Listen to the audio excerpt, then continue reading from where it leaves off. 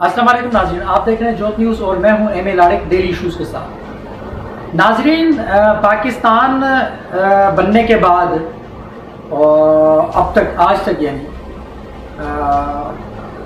14 अगस्त 1947 को पाकिस्तान आज़ाद हुआ। उसके बाद 48 में जैसे साजिशें हुई, 48 से ये आगाज़ हो गया था। वो जो 1940 की करारदाद की बात थी, वो जो बराबरी की बात थी, उससे सारी चीज़ें एक उसके हिसाब से उलट होने लगी।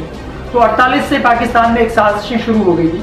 आज 2022 में हम चल रहे हैं। 2022 तक ये साजिशें जारी और सारी है। किसी ना किसी तरीके से, किसी ना किसी हरबे से कोई ना कोई हरबा इस्तेमाल करके, यानी पाकिस्तान के हुकूमतों के खिलाफ एक साजिशें जो चलती हुई आती थी और चलती हुई आ रही हैं, वो आज भी चल रही हैं।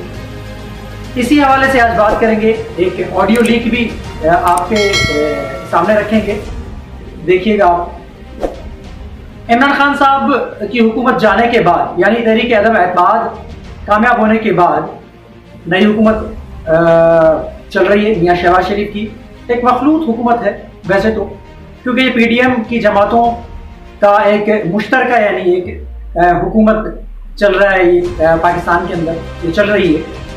तो कहने का मकसद ये कि पाकिस्तान के अंदर साजिशें तो चलती थी, लेकिन इस किस्म से जैसे आज एस्टेब्लिशमेंट बदनाम हो रही है और बार बार बच्चे को पता चल गया है कि एस्टेब्लिशमेंट का किरदार पाकिस्तान की सियासत में अहम होता है, हाँ वो हुकूमत गिराने में हो या हुकूमत बनाने में। तो इस आज के दौर में जो सोशल मीडिया का दौर है और जदीद टेक्नोलॉजी का जो दौर चल रहा है, उसके अंदर बच्चे को पता है कि पाकिस्तान की सियासत में एस्टेब्लिशमेंट का किरदार अहम होता है और वो अहम है। और ये जो इमरान खान साहब की हुकूमत गिराई गई, इसमें भी 90% लोग ये जान चुके हैं कि ये जो हुकूमत गिराई गई है इसके पीछे एस्टेब्लिशमेंट का हाथ है, और वो आहिस्ता आहिस्ता सारी चीजें आया हो रही है। साबका हुकूमत जो इमरान खान साहब की थी, इमरान खान साहब खुद भी वो आहिस्ता आहिस्ता सारी चीजें सामने ला रहे हैं। कल के जो 2 जलसे हुए हैं, एक PMLN का यानी मरियम नवाज शरीफ साहिबा ने एक जो फतेह जंग में जलसा किया, और इमरान खान साहब ने मियाँ वाली में जलसा किया। और मियाँ वाली से इमरान खान साहब ने कहा कि मैं अपने होम ग्राउंड से अपनी उस हकीकी आज़ादी तहरीक के हकीकी तहरीक आज़ादी मार्च की शुरुआत कर रहा हूँ। और उसमें उन्होंने कहा कि न्यूट्रल, फिर उन्होंने अल्फाज इस्तेमाल किया कि न्यूट्रल तो जानवर होता है। और उन्होंने कहा कि अगर मेरे किसी भी कारकुन को हाथ लगाने की कोशिश की या अगर मेरे किसी भी कारकुन को कोई नुकसान पहुंचाने की कोशिश की, तो मैं इन 3 स्टूजेस और इन हैंडलर्स को नहीं छोड़ूंगा।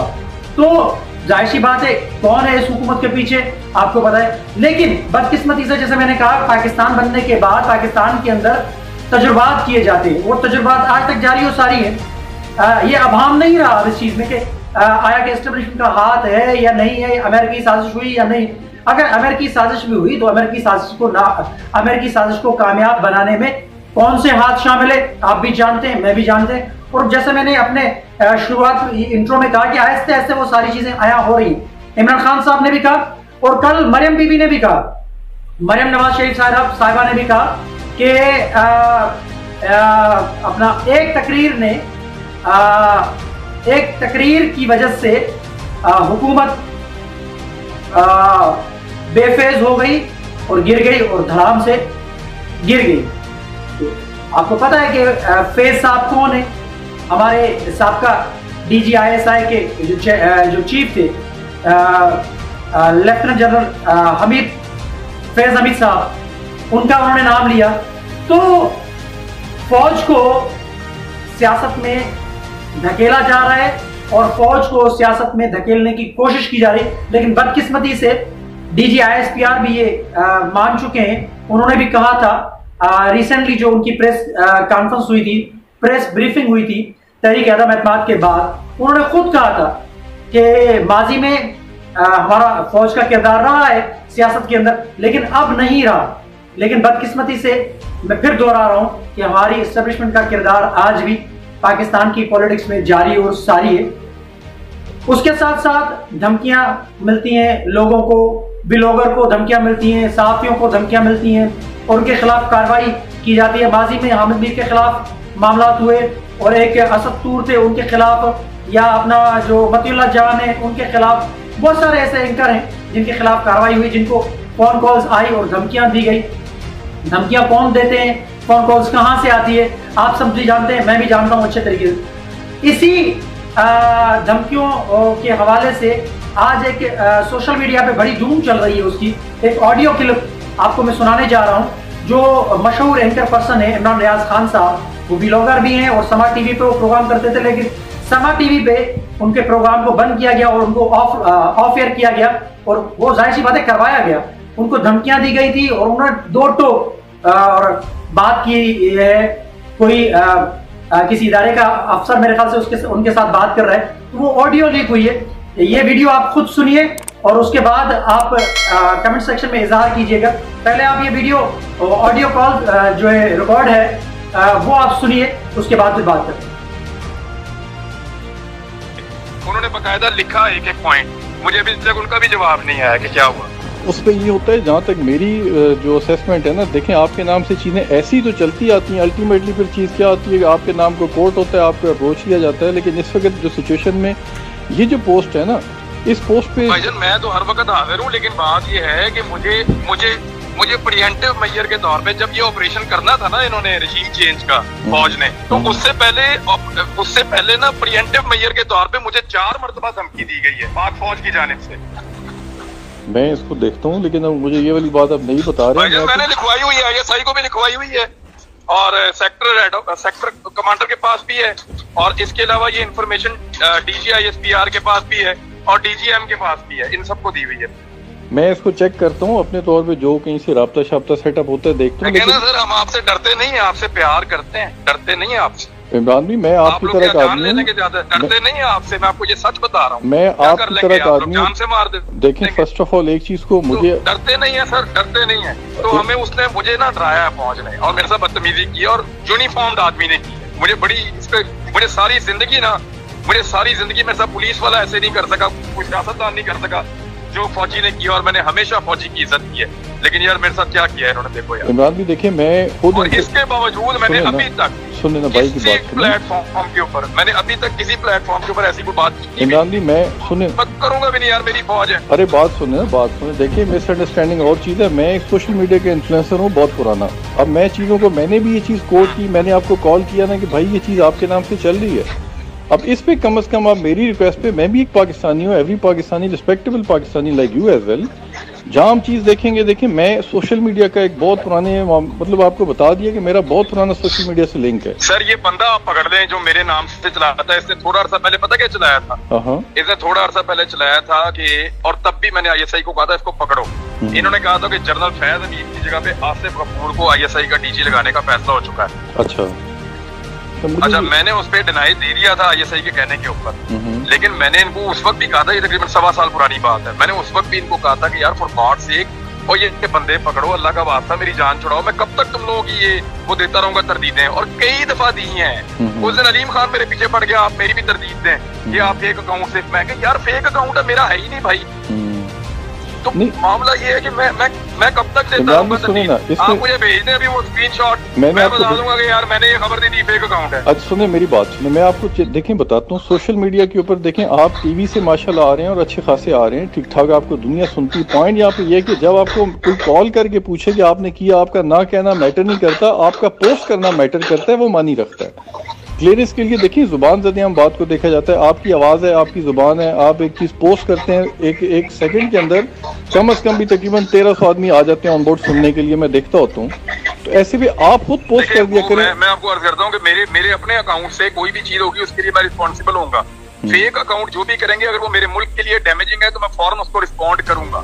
मैंने आपको पोस्ट भेजी है ना, अभी व्हाट्सएप पे भेजी, अब इस पे काइंडली मतलब पाकिस्तान के लिए। लेकिन भाईजान पता है क्या, ये धमकियां, ये गालम गलोच, ये उनको दे जो डरते हैं भाईजान, मैं नहीं डरता वरता, उठा के ले जाए मार दे, बेशक मार के फेंक दे, ऐसा कुछ भी नहीं होता, ऐसा कुछ भी नहीं होता, ऐसा कुछ भी नहीं होता। देखें हम जुबान ज़रिए हम एक चीज को करेंगे तो कोई फौज कुछ नहीं में मार सकती। हम फौज तभी उसी के अगेंस्ट होती है जो एंटी स्टेट होता है। एंटी स्टेट होना जुबानी कलामी नहीं होता। इस चीज के लिए आपका एक्ट है, स्टेट फौज बनाती है, फौज एंटी स्टेट बनाती है बंदे को। अरे बड़ी बात, बंदा कभी भी माँ के पेट से बंदा कभी एंटी स्टेट नहीं आता। देखिए मुझे रात को नींद नहीं आती थी जब मुझे गालियां देते थे फौजी। मेरी बात सुनो, मुझे रात को मैं कहता था यार इनके लिए मैंने कहा यार इनके लिए मैं वहां गया जहाँ ये सोच नहीं सकते, जहाँ फौजी, मैं सियाचिन पैदल गया, मैंने कहा देखूं मेरा फौजी कैसे सियाचिन जाता है पैदल, मैं वो तकलीफ उठा के देखूं। मैंने मुझे क्या जरूरत पड़ी थी, मैं ना भी करता, उससे क्या फर्क पड़ता, स्टूडियो में बैठ के प्रोग्राम करता। मैंने हर वो चीज की जिससे मेरी फौज को फायदा पहुंचे। और उन्होंने मुझे यार गालियां दी, यार मेरे साथ बदतमीजी की, यार उठा के ले जाएंगे, तेरी FIR दे देंगे, और तुझे ये कर दे, तेरी उल्टबाजियां लगवा देंगे, तुझे उठा के वहां गवादर में फेंक आएंगे। देखिए इमरान ने मेरी बात सुने, मैं आपको बता रहा हूँ, मैं सोशल मीडिया का इन्फ्लुएंसर बड़ी खामोशी से बहुत मुद्दत से काम करूँ, मैं किसी डिपार्टमेंट से ताल्लुक नहीं है मेरा, क्योंकि मेरी भी एक आवाज़ नहीं होती, मैं मुख्तलिफ नामों से देखें स्ट्रेट बताऊँ मैं काम करता हूँ। इसमें ये लाजिम नहीं कि मैं फौज का हूँ या फौज के साथ लिंक रखूँ, मुझे लिंक की जरूरत नहीं है, क्योंकि मेरी आप जिस तरह चलते हैं ना, आपकी आवाज़ चलती है। जिस दिन फौज आपको गालियाँ देगी ना ऑफिशियली बुला के, उस दिन मैं आपसे पूछूंगा आपके दिल से क्या गुजर रही है। अब ये इसकी वजह क्या हो सकती है, इस चीज को भी देखना है ना, फौज मुझे क्यों नहीं बुलाती, मुझे क्यों कोई वजह नहीं, प्रिएंटिव मेजर था। उनको ये पता था कि जब हम रजीम को तब्दील करेंगे ये बंदा खप डालेगा, क्योंकि इसके इमरान खान से अच्छे ताल्लुकात हैं, या इसको लगता है कि इमरान खान इस मुल्क के लिए जरूरी है। उन्होंने शॉर्ट लिस्ट किए वो 4-5 बंदे जिससे उनको लगता था कि रजीम चेंज ऑपरेशन के बाद ये बंदे रोला डालेंगे, तो उन सारे बंदों को उन्होंने गालियां दी है। मैंने सबसे बात पूछ ली है, वो गंजा शैतान जो बार बार कहते हैं, वो अरशद शरीफ वगैरह, वो किसको कहते हैं पता है? वो ISI का इसका ISPR का एक ब्रिगेडियर है जिसको गंजा शैतान वो लोग कहते हैं। अच्छा सर, मुझे ये नहीं पता। वो जो गंजा शैतान जो गालियां देता है, बदतमीजी का। और भाईजान आपके आधे मीडिया वालों ने ISPR के ऑफिसर्स के नंबर ब्लॉक कर दिए, डू यू नो? मीडिया मालिकान ने इवन ब्लॉक कर दिए तंग आके। यार ये क्या बदतमीजी है यार, हमारी कोई इज्जत है यार। मेरा इन लोगों से ताल्लुक नहीं है, लेकिन मैं देखे सोशल मीडिया पे, लेकिन पता क्या, जब आपको कभी ये गालियां दे या आपको धमकियां देंगे ना, फिर अपने दिल से पूछिएगा और मुझे बताइएगा मैं इस वक्त किस तकलीफ से गुजर रहा हूँ। नहीं, पाकिस्तान की खातिर देखें, कभी भी कोई आदमी एंटी स्टेट नहीं होता, कोई भी आदमी कभी भी एंटी स्टेट नहीं होता। ये उसको धक्के देते हैं, उसको गालियां देते हैं, उसको धुतकारते हैं, उसको दीवार के साथ लगाते हैं, उसको एंटी स्टेट बनाते हैं, लेकिन कोई भी नहीं होता भाई। माँ के पेट से कौन आता है एंटी स्टेट? मुझे तो देखिए लंबी डिटेल नहीं पता, मैंने एक पोस्ट देखी, मैं दिन रात आपको देखता हूँ, हमारी मैसेज भी कम्युनिकेशन रहती है। मैं देख लेता हूँ भाईजान, मैं जरा बारात में अंदर जा रहा हूँ, चलो देख लो भाईजान। चलो ठीक है, अपना ख्याल रखिए। Thank you. तो नाज़रीन, आपने देखा कि ये ऑडियो कॉल के अंदर कैसे इंकिशाफात वो कर रहे हैं, और कैसे जो पाकिस्तान के अंदर रजीम चेंज का जो मरहला था उसके मुतालिक इमरान रियाज खान साहब बोल रहे हैं, और वो कह रहे हैं कि मुझे धमकियां दी जा रही हैं, और मुझे वो कह रहे हैं कि अगर ज्यादा से ज्यादा आप क्या कर सकते हो, आप मुझे मार ही सकते हो। अब देखें, इस मेरे ख्याल से तो इसकी ये जो ऑडियो लीक चल रही है, इसकी तहकीकात कराई जाए। लेकिन देखें, पहले इस किस्म की बातें नहीं होती थी। अगर एस्टेब्लिशमेंट का रोल भी रहा है जैसे माजी में सियासत के अंदर, तो ऐसे खुल्लम खुला फौज के खिलाफ या एस्टेब्लिशमेंट के खिलाफ ऐसी बातें नहीं आती थी जो अब खुलकर सामने आ रही। तो हमारे उन इदारों को भी ख्याल करना चाहिए, और मेरे ख्याल से मेरी भी उनसे रिक्वेस्ट है कि आप इन चीज़ों से दूर रहें, क्योंकि इदारे के तकद्दुस को पामाल ना करें तो बेहतर होगा। ये पाकिस्तान के मफाद के लिए भी बेहतर होगा और फौज के लिए भी बेहतर होगा। फौज एक बहुत बड़ा बेहतरीन इदारा है पाकिस्तान के लिए, पाकिस्तान की दिफाई ताकत है और पाकिस्तान की सरहदों की हिफाजत करता है। इसमें कोई शक नहीं है कि पाकिस्तान की सरहदों की हिफाजत करने में फौज का बहुत बड़ा किरदार है। लेकिन दूसरी जानिब जो इमरान रियाज खान साहब के इंकिशाफात हैं इस ऑडियो लीक के अंदर, उसमें वो भी हकीकत है। तो सारी चीजें आपके सामने रखी हैं। कमेंट सेक्शन में अपनी राय का इज़हार जरूर कीजिएगा। तब तक के लिए अल्लाह हाफ़िज़।